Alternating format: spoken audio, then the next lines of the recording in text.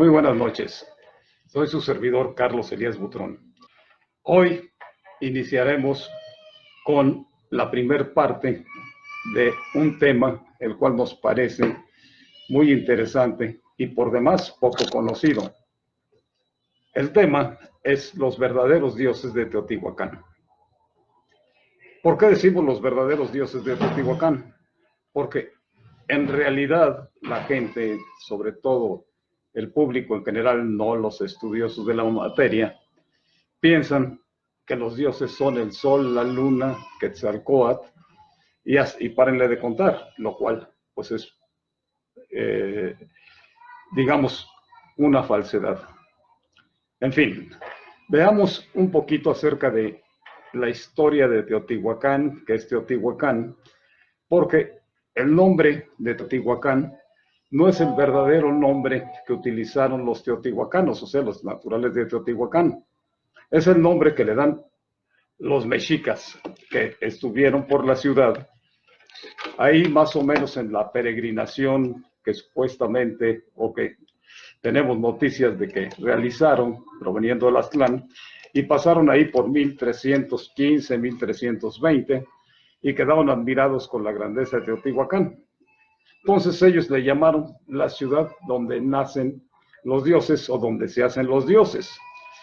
Nombre que a final de cuentas parece que no están todavía muy de acuerdo todos los estudiosos. Recientemente el INAH había hablado que realmente el significado sería la ciudad del sol, Teohuacán, quitándole, tomando el teo como si fuera el sol. Todo en base a la pirámide y a la iconografía que se conoce de Teotihuacán. Realmente, Teotihuacán, no sabemos siquiera quién la pobló, quiénes fueron sus pobladores, quiénes realmente hicieron la ciudad, cómo se fundó. Sabemos que la ciudad aproximadamente inicia en el siglo I antes de Cristo y tiene su culminación en el siglo VII, VIII después de Cristo, donde desapareció misteriosamente porque no se sabe realmente cuáles fueron las causas de ese abandono de la ciudad. Se supone que por problemas de abasto de agua, de insumos, porque había crecido demasiado la ciudad. La ciudad se calcula más o menos en 200,000 habitantes, igual que más o menos que lo que tenía Tenochtitlán. Y eso hizo el colapso de la ciudad al faltar realmente agua, faltar otro tipo de cuestiones. En realidad, eso es mera especulación. Sin embargo, la verdad es que abandonaron Teotihuacán. Entonces, ese abandono de Teotihuacán, pues, si siendo en el año más o menos 700, 800, pues resulta que cuando pasan los mexicas por ahí tenían 500 años. Yo les pregunto una cuestión, tenemos 500 años de que se realizó la llamada conquista de México, o sea, la caída de Tenochtitlán, y todavía no logramos dilucidar qué fue lo que aconteció a fondo en esos días por falta de fuentes. Ahora, ahí viene el gran problema de los teotihuacanos. ¿Qué fuentes tenemos de los teotihuacanos? No hay un solo códice hecho por los teotihuacanos que nos indique quiénes eran. Lo único que conocemos es, a final de cuentas, los estudios que se inician a realizar primero por los mexicas, porque son los primeros en realizar algunas cuestiones arqueológicas por la admiración que le tienen al pueblo de Teotihuacán.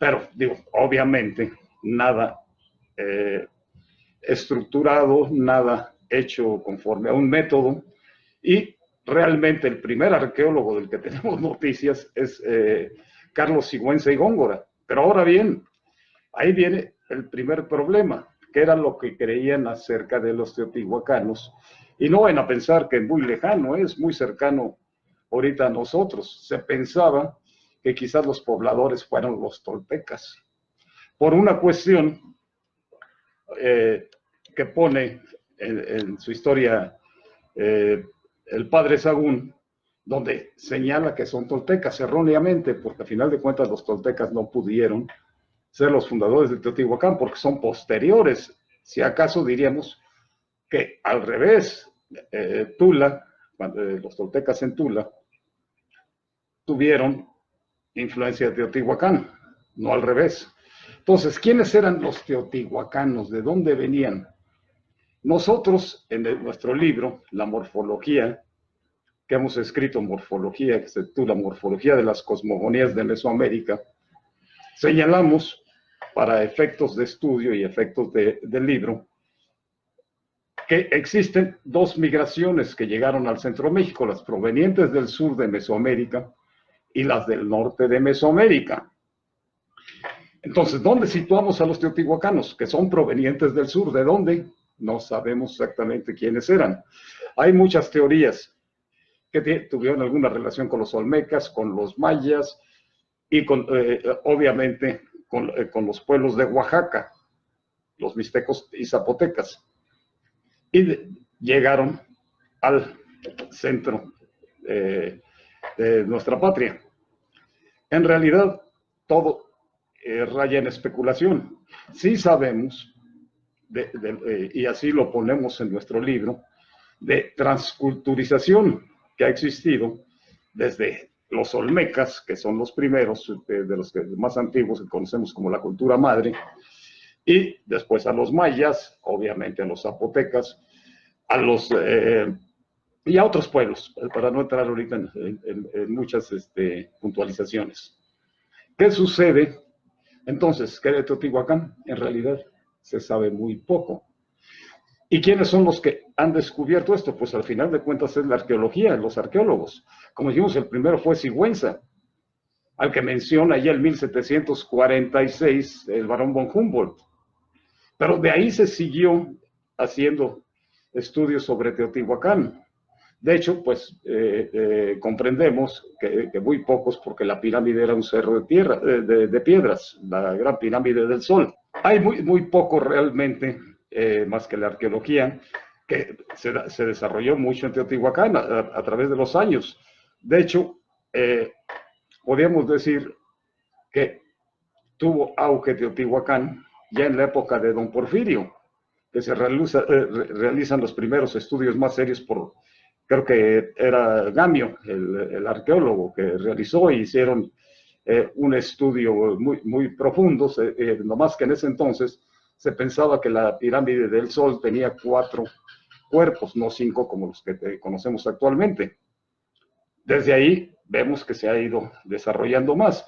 Cuando nosotros recurrimos al México a través de los siglos, que es una obra de finales del siglo XVIII, pues vemos las limitaciones que tiene el México a través de los siglos al escribirlo Chavero. ¿Por qué? Porque falta mucho por conocer acerca de Teotihuacán, y los mejores descubrimientos y las mejores cuestiones acerca de Teotihuacán se realizaron después de la Revolución. Ya en 1917 se hicieron algunas excavaciones y algunas cuestiones que van dándonos un poco de luz, que es lo de Teotihuacán, pero realmente las grandes excavaciones son posteriores, por 2 fundaciones americanas, una que se conoció como Grupo Viking, o la Fundación Viking, y otra de un magnate gringo que estaba interesado en la arqueología. Son los que realmente vienen a descubrir la calzada de los muertos, los palacios, el Papa Quetzal, en fin, todos los palacios, y empezamos a tener nosotros entonces una idea de lo que es Teotihuacán, que tanto nos maravilla, y que vemos la pirámide, que tiene, como dato curioso, la misma base que las pirámides de Egipto. Pero ese simbolismo tan simple que nosotros tomamos como pirámide del Sol, pirámide de la Luna y templo Quetzalcóatl, pues nos resulta que en realidad no son. O sea, ni la pirámide de la Luna, ni la pirámide del Sol, y creo que tampoco, porque como veremos adelante, lo es la pirámide de Quetzalcóatl. Muchos dirán, ¿cómo? Por si ahí está la serpiente emplumada. El problema es el simbolismo que tenía en el sur la serpiente emplumada, al que tiene en las migraciones provenientes del norte. que es Quetzalcóatl. Pero no me adelantaré porque la idea es ver un poquito acerca de quiénes son los verdaderos dioses. Habíamos visto el problema del nombre, no sabemos cómo se llama, lo dejamos en Teotihuacán, aunque ahora el INAH diga que es Teohuacán o Teotihuacán, o como le quieran llamar, y otro simbolismo que es en relación al sol. El problema está en que volvemos al mismo problema, a identificar a la pirámide, a la gran pirámide como pirámide del sol, que consideramos que está mal, y lo veremos porque lo más seguro es que lo veamos en el siguiente parte de este video. Ahora bien, ¿cuál es el problema del nombre? ¿Por qué se le llamó Ciudad de los Dioses? Los aztecas, que eran muy especiales, pues en realidad tomaron Teotihuacán como la ciudad donde los dioses se reunieron para crear al quinto sol.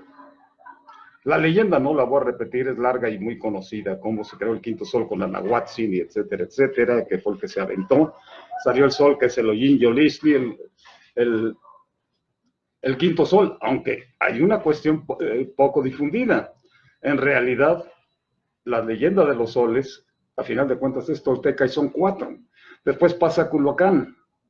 Ok, eso lo podemos ver en los anales de Cuautitlán. ¿Cuáles son los 4 soles famosos? Y el quinto es una creación de los mexicas, como el sol del movimiento. De ahí que muchos, aunque no se entienda y a muchos les moleste, se haya tomado como el fundamento para el sacrificio, porque es una idea realmente mexica la creación del quinto sol. Ollin Yolistli no es de los 7 pueblos nahuatlacos, ni tampoco lo tenían los toltecas. Es una creación de ellos exclusivamente. Ahora, muy bien, tomando en cuenta eso, que ahí se crea el sol y se crea el hombre con la sangre de Quetzalcóatl, que es leyenda mexica. Ahora, también hay otra cuestión muy importante sobre las leyendas. No hay que confundir leyendas con historia.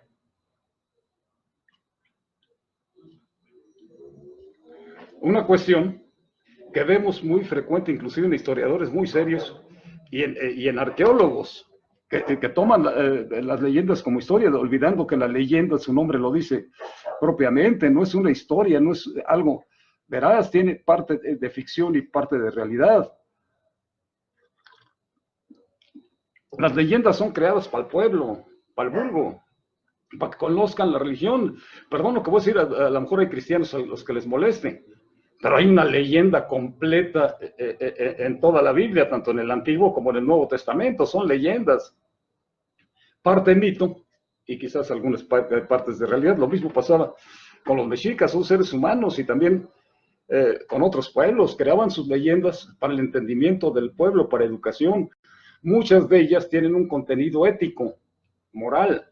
Vemos la leyenda de Quetzalcóatl. Mucha gente insiste, no sé por qué, en creer que Quetzalcóatl fue un hombre. No, señores, Quetzalcóatl era un concepto ideal, o sea, una creación de la mente humana. No era un hombre blanco y barbado. Los toltecas tienen un hombre que se llama Seacaltopiltzin y otro que se llamó Huemac, porque no nomás es un solo Quetzalcóatl el que le llamaban, eran los sacerdotes de Quetzalcóatl. Y este sacerdote de Quetzalcóatl se embriagó, o sea, Seacaltopiltzin. ¿Y qué hizo? Pues perdón, hizo un desorden embriago. Se acostó con varias mujeres, etcétera, etcétera. Le dio tanta vergüenza que se fue por el oriente. De ahí nace la leyenda mexica. Pero nunca fue un dios. No tiene la relación del concepto ideal con el hombre gobernante de Tula, ni la de Huemac tampoco. Son leyendas con contenido moral, que a final de cuentas es muy simple entenderlo. Si un hombre tan virtuoso como Seacaltopiltzin, que era sacerdote y gobernante de Tula, se embriaga y pierde el piso, pues ¿qué se puede esperar con cualquier ser humano? Con cualquier pecador. Entonces lleva implícita la idea de que no hay que embriagarse. De hecho, los mexicas prohíben la embriaguez. Entonces, entendamos qué es lo que era, porque después nos vienen a decir ciertos historiadores que los mexicas creyeron que Hernán Cortés era Quetzalcóatl, algo que digo, caray, solo que Moctezuma estuviera muy fumado, que algo hay de eso, pero ya lo veremos en otro programa. Entonces, no hay que confundir las leyendas, muy socorridas para hablar de una serie de conceptos, yo les llamo conceptos ideales, arquetípicos. No son dioses en el sentido occidental. Tienen otra cuestión, aunque muchos simplemente dicen la palabra Teotl no existe. Claro que existe, pues está Huehueteotl, y hay una serie de referencias de los Teutli, que existen, no con el simbolismo tan simple como Dios, sino como concepciones de lo sagrado. Entonces, cuando empezamos este programa, dijimos los verdaderos dioses, lo verdadero sagrado de Teotihuacán sería lo correcto. Entonces, viendo ya que las leyendas nutrieron a los mexicas, que no tienen que ver con Teotihuacán, a final de cuentas, los teotihuacanos no crearon las leyendas, las crearon los mexicas. Entonces, las leyendas tienen otro fundamento, no hablar de los dioses, o sea, todo lo que vemos en las leyendas mexicas y de algunas otras partes, son historietas creadas convenientemente para crear moralidad del pueblo, como diríamos en otros términos filosóficos. Presentan un imperativo categórico, de acuerdo a la idea de Kant, o sea, un deber ser, una conducta que se debe de seguir. Entonces, si ese es el fundamento de las doctrinas, entonces, ¿por qué? De las leyendas, perdón, ¿por qué hemos de tomarlas como que fueron los dioses de Teotihuacán? Los dioses Sol, Luna y Quetzalcóatl. Es muy simplista. Entonces, dentro de la cuestión de los teotihuacanos que conocemos, que ya ven que ahora hay la tendencia de la New Age, vamos a hablar claro. Ahora dicen que todos los antiguos eran pacifistas y que se dedicaban al cultivo del espíritu y eran muy sabios. Sí, sí eran sabios, pero no en el sentido que ellos lo ponen, ¿eh?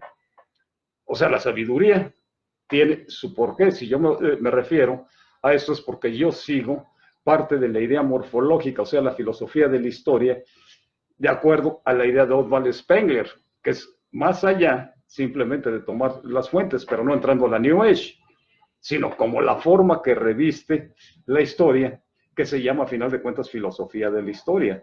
Eso no lo hacen normalmente los historiadores, no porque yo sea mejor que ellos, simplemente me interesa más verlo desde el punto de vista filosófico que verlo desde el punto de vista simplemente de los hechos, como los conocemos, que es lo que hacen los historiadores, si no lo dicen las fuentes, la fuente, la fuente.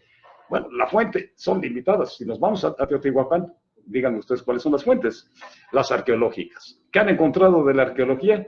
Pues cosas muy distintas a las que nosotros creemos. O sea, de verdad la calzada de los muertos le llaman calzada de los muertos, no sé por qué, nadie lo sabe, pero así se le queda. La pirámide del Sol se llama pirámide del Sol porque nadie sabe por qué, pero así se le queda. La de la Luna igual. Y el templo Quetzalcóatl porque ven simplemente los mascarones de la serpiente con plumas. Pero, ¿cuál sería su simbolismo? Eso es el meollo de todo este asunto. ¿Ok? Ahora, ¿cómo eran los teotihuacanos? Eran el pueblo sabio, obviamente, hacer las pirámides requiere un conocimiento matemático, un conocimiento técnico. Sí, eran sabios y muy sabios. Pero no en el sentido como lo quieren poner, pues que ya hay hasta quien dice, ya en la actualidad que los antiguos ya fueron mexicas, teotihuacanos y esto, conocían hasta la física cuántica. Digo, por favor, tengan medida, ¿no? Entonces, toda esta cuestión que estamos llevando es para poder llegar a decir quiénes sean los teotihuacanos. Los teotihuacanos, a final de cuentas, eran un pueblo guerrero. Y a muchos no les va a gustar y ni siquiera lo saben. Los teotihuacanos emprendieron campañas de conquista muy fuertes. Llegaron hasta Guatemala, Honduras, en sus conquistas. Hicieron caer y se apoderaron del trono, a final de cuentas, de Tikal. Tikal está en Guatemala, a muchos kilómetros de distancia de Teotihuacán, y los conquistaron. Y no crean que esto es ahí para los que les gusta preguntar por las fuentes, pues está en una estela. Ya se pudo descifrar el lenguaje, está en la estela 31 de Tikal. Y eso ocurrió en el año 378 después de Cristo, pero no fue la única conquista. Tenemos la invasión a Copán y Quirigua. Ok, también una en Honduras y la otra en Guatemala, de los mayas del sur, los conocidos como mayas quichés o mayas del sur. No los que son otros mayas más antiguos que los mayas de Yucatán, para ubicarnos un poquito en el tiempo. Los mayas de Yucatán son posteriores a los mayas de más al sur. Por eso, cuando hablamos de las culturas del sur, tenemos que hablar forzosamente de los mayas más antiguos, que son los quichés. Entonces, esa cultura maya quiché fue conquistada por Teotihuacán. Ahora, ahí es donde viene. Nomás la conquistaron o hubo transculturización. De seguro la hubo por el intercambio que hubo. De hecho, a últimas fechas se descubrieron grandes cuestiones, esculturas y cuestiones de los mayas en Teotihuacán. Entonces, ya amarramos ahí esa relación simbiótica entre mayas y teotihuacanos, pero mayas del sur, no mayas de Yucatán. Eso es muy interesante porque eso nos puede servir para empezar a dilucidar el verdadero simbolismo de los dioses, cosas que no se tenían muy en cuenta.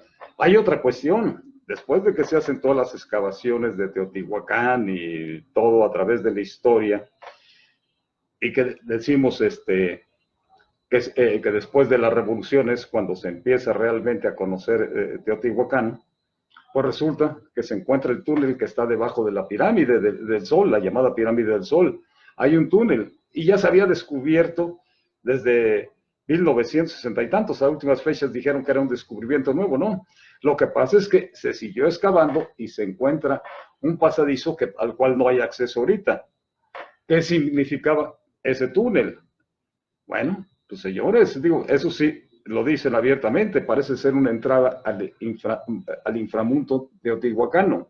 Si estamos hablando de ese tipo de inframundo que existe en Teotihuacán, pues la noticia es que los mayas del sur y después los mayas del norte, los de Yucatán, también tienen la idea igual. De hecho, la gran pirámide de Kukulcán, muchos no lo saben, pero está construida arriba de un cenote.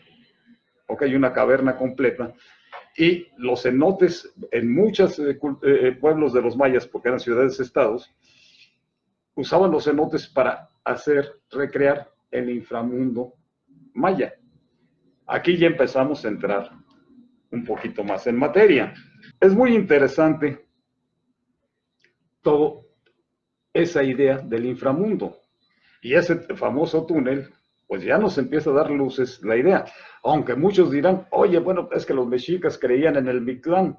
Bueno, sí, en la entrada del inframundo la encontraron en una cueva de Chapultepec, pero ya no tiene relación mucho el Mictlán Nahuatlaco con el inframundo de los mayas, de los mayas quichés. Entonces ahí sí ya empezamos a ver pequeñas diferencias o grandes diferencias con las culturas que vienen del norte de Mesoamérica, las que venían del sur, las que se sentaron en el sur. Entonces esos son los pequeños detalles que nos llevan a nuestras conclusiones, como les digo, la forma en que tiene la historia, tomada en base con las pocas fuentes que tenemos. Pero las fuentes ya las tenemos, por eso les dije yo lo de Tikal.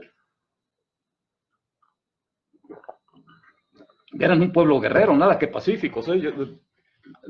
Quizás hasta hayan servido de inspiración hasta para los mexicas a su idea guerrera. No lo sabemos. ¿Por qué? Porque hay otro problema que tenemos con los mexicas. Se habla de los códices y se habla que están mal las fuentes de los españoles. Obviamente están exageradas y muchas tienen mucha doble intención.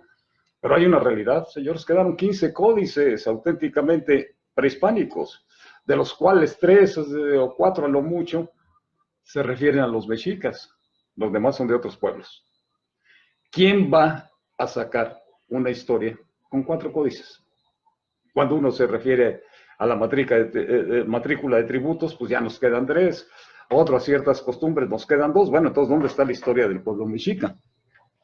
Entonces está obviamente gracias a los arqueólogos, más que a los historiadores, que siempre se van a las mismas fuentes, o sea, las fuentes Cortés, Bernal, y lo que descubrieron anteriormente los arqueólogos, y poco piensan filosóficamente qué fue lo que aconteció. No es una crítica ni arqueólogo ni historiador, los arqueólogos son, a final de cuentas, la ciencia auxiliar por excelencia, y son los que más han develado acerca de nuestras culturas ancestrales. Ya después vienen los historiadores, pero los historiadores traen su corriente. Nosotros tratamos de hablar claro, o sea, si vemos los sacrificios, hay una cosa que no les he dicho, que tampoco les va a gustar mucho a los neoindigenistas.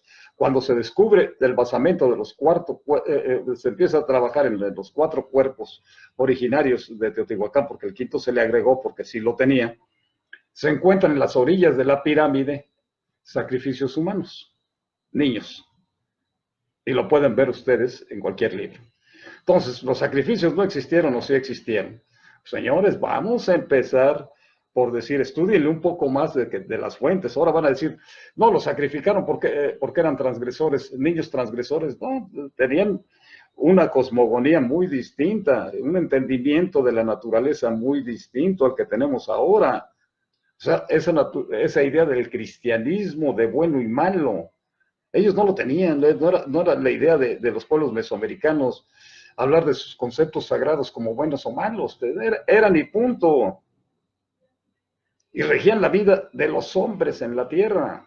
Por favor, hay que ser un poco más congruentes. Si yo veo los sacrificios humanos con la óptica cristiana, la óptica actual, pues simplemente son salvajadas. No, no, señores, nada de salvajadas. Hay que estudiarlos un poco más, qué razón tienen.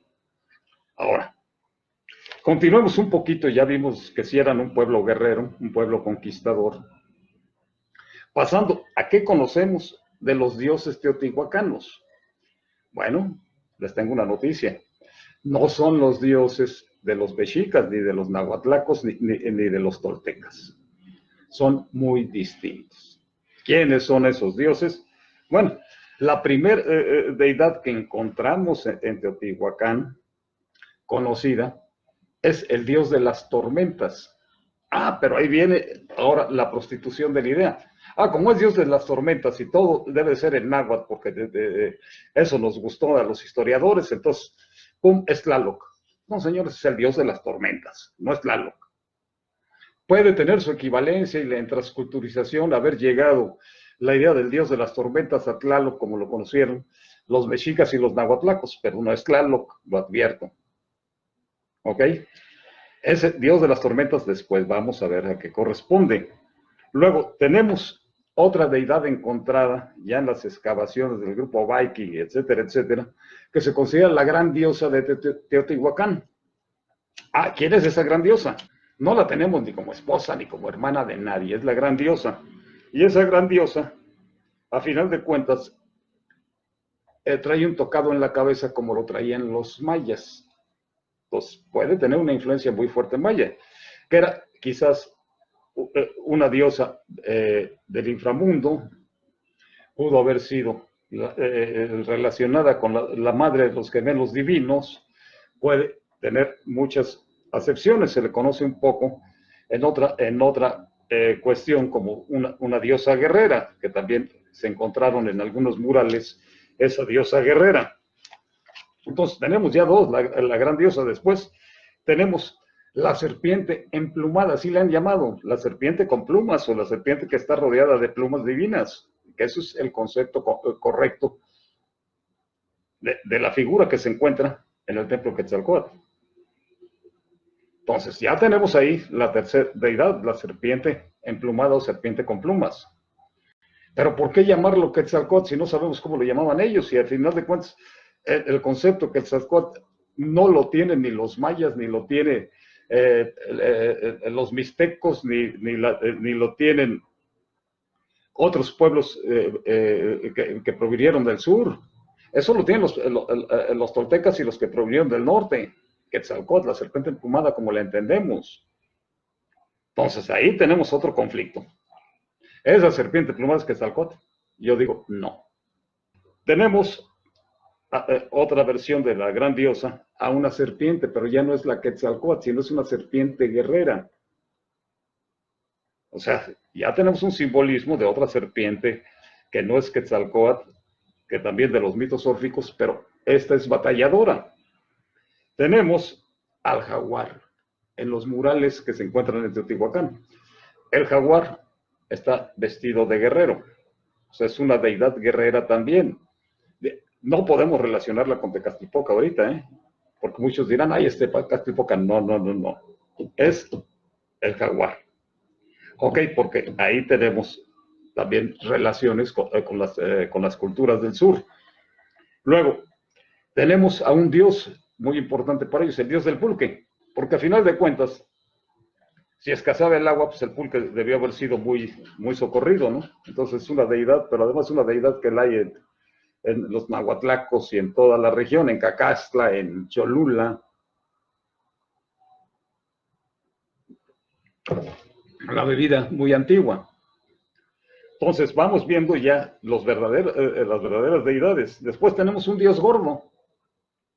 ¿Recuerdan ustedes a los budas, esos gorditos que hay, que no son budas, son chinos, que son muy felices? Más o menos con esa idea, porque tienen la cara de felicidad, con pómulos muy salidos, y es un dios que se relaciona con la vida y quizás con la muerte. Pero no es Dios, vamos a llamarle deidades. Y tenemos finalmente a un dios desollado, que no es Xipetotec, ¿ok? Xipetotec es un concepto nahuatlaco nuevamente, pero ni siquiera es nahuatlaco. Quizás este Xipetotec sirva de inspiración o lo hayan tomado los teotihuacanos de las culturas mixtecos zapotecas, que estuvieron relacionados con los yopes. Este era un dios yope, el Xipetotec. Se pelean muchas gentes en decir, bueno, es que Xipetotec tenía otras concepciones, por ejemplo, en Huetzconcingo nos han dicho muchas cosas acerca de él, pero nunca se ven el origen del dios. El dios es de los yopes, que pasa a los zapotecos. Y los zapotecos son más o menos contemporáneos a los teotihuacanos más cercanos, de ahí lo pudieron haber tomado. Bueno, pues esas son las deidades que tenemos como auténticamente teotihuacanas. Si las separamos de la concepción de las tribus que provenientes del norte de Mesoamérica, podemos empezar a entender un poquito la cosmogonía, pero si seguimos con la idea de que es Xipetotec, el dios gordo no sabe ni qué es, pero la serpiente desplomada es Quetzalcóatl. Y el dios de las tormentas es Tlaloc. Espérenme, señor, estamos hablando de una diferencia de años entre los teotihuacanos y los mexicas de 500 años. No es poca cosa, y menos en ese entonces.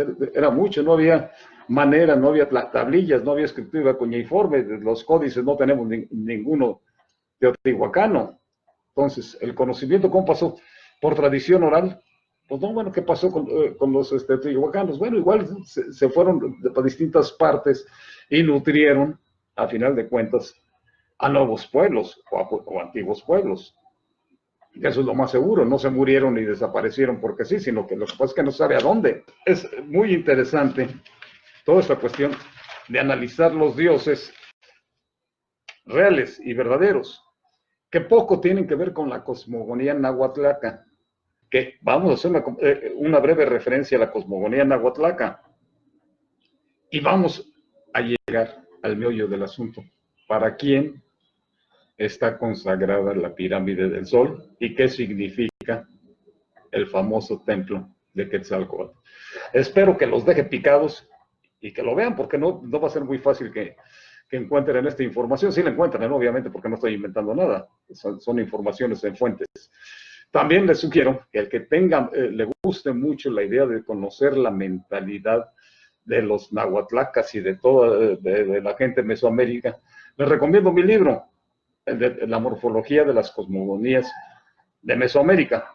¿Por qué lo recomiendo? El único libro que tenemos que hacer referencia al pensamiento que le llamó filosofía el maestro León Portilla es ese.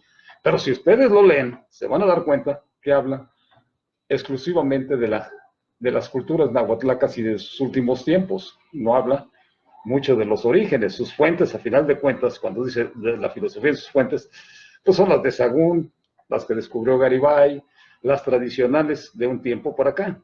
pero nunca hizo un trabajo de ver la transculturalización, siendo filósofo que la debió de haber hecho, porque él no era historiador, muchas cosas no saben acerca de don Miguel, él no era, a final de cuentas, historiador, estudió artes primero, la licenciatura en artes en Estados Unidos, después hizo un doctorado en filosofía, y su tesis doctoral es la filosofía náhuatl estudiada en sus fuentes. Después fue doctor honoris causa, eso ya es otra cosa. O sea, sin ser historiador, la UNAM le da el doctorado por todo lo que estudió de historia y lo que publicó y lo que hizo. Entonces, hay mucha gente que nos quiere criticar porque mi formación es ser abogado, fui profesor de la Facultad de Derecho y Filosofía del Derecho, también tengo esa idea filosófica.